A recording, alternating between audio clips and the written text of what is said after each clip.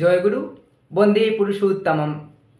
আজ একটা কথা বলতে খুব ইচ্ছে করছে যে অনেক সময় দেখা যায় আমরা যাজনে গেলে অনেকেই অনেক বাজে মন্তব্য করে থাকেন।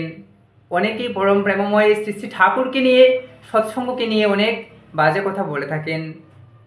তো আমি বলবো, হে প্রভু, তুমি ওদেরকে সুমতি দাও, ওদের অজ্ঞান দূর করে জ্ঞানের চক্ষু দান করো, যাতে ওরা তোমায় চিনতে পারে, ওরা যাতে তোমায় নিয়ে কখনো কটু কথা না বলে, তোমাকে নিয়ে যাতে কখনো ওরা বাজে ভাষায় কথা বলতে না পারে।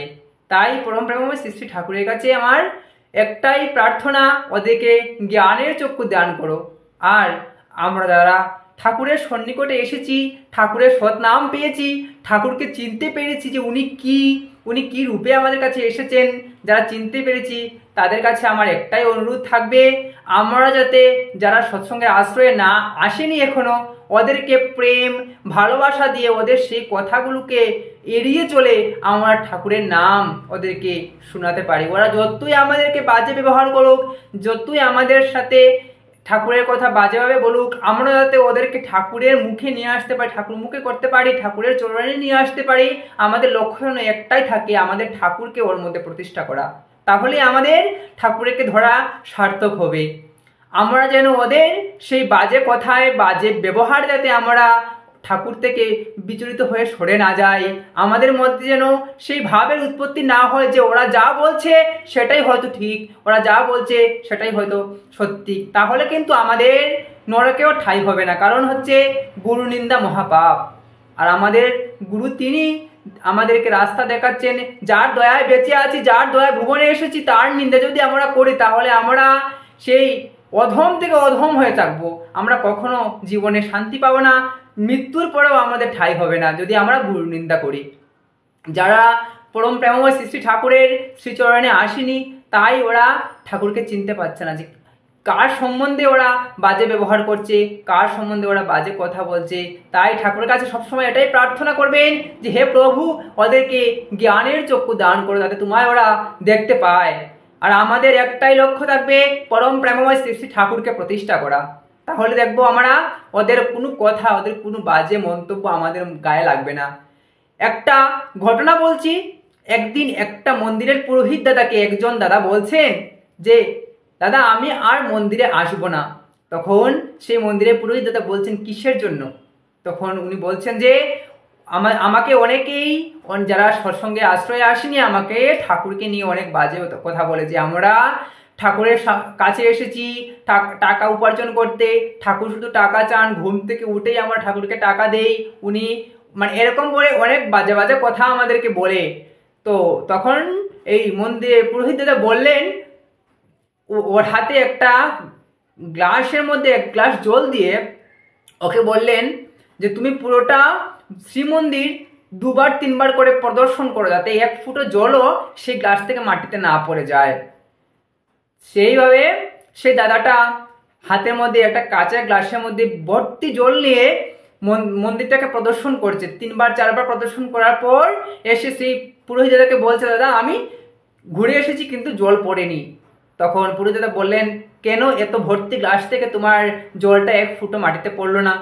তখন সেই দাদাটা বলছে যে আমার লক্ষ্যটা ছিল সেই গ্লাসের মধ্যে, যাতে সেখান থেকে আমার জলটা মাটিতে না পড়ে। তখন এই মন্দিরে পুরোহিত দাদা বলছেন যে তাহলে এটাই মনে রাখবে, আমাদের লক্ষ্য হচ্ছে যে ঠাকুর অনুকূল চন্দ্র, আমাদের লক্ষ্যটা এখানেই থাকতে হবে। অন্য কে কি বলছে সেটা আমাদের শুনলে চলবে না, ওরা কি বলছে ওরা বলুক, আমাদের দেখলে হবে না। আমাদেরকে পরম প্রেমময় শ্রী শ্রী ঠাকুরকে লক্ষ্য রাখতে হবে, পরম প্রেমময় শ্রী শ্রী ঠাকুর কি বলছেন, কেমন চলতে বলছেন সেইভাবে চলবো। আর অন্যরা কি বলছে ঠাকুরকে নিয়ে সেটা আমার মাথায় আনলে হবে না। আমি আমার ঠাকুর আমাকে কি বলছেন সেইভাবে ওরে চলে তাকেও আমাকে ঠাকুরের পথে নিয়ে আসতে হবে। তখনই সে বুঝতে পারবে সেখানে কি লুকানো আছে, কি পেয়েছি আমরা। পরম প্রেমময় শ্রী শ্রী ঠাকুর আমাদের কি দিয়েছেন। একটা গান আছে, ওরা চিনির বোঝা বহন করে, বুঝবি স্বাদ কেমন করে, যদি একটুখানি মুখে দিত স্বাদ হতো জানা। যদি আমরা চিনির বোঝা বহন করি তাহলে সেটার মধ্যে কি স্বাদ আছে বুঝতে পারবো না, কারণ হচ্ছে লবণ আর চিনি দেখতে একই মতো লাগে।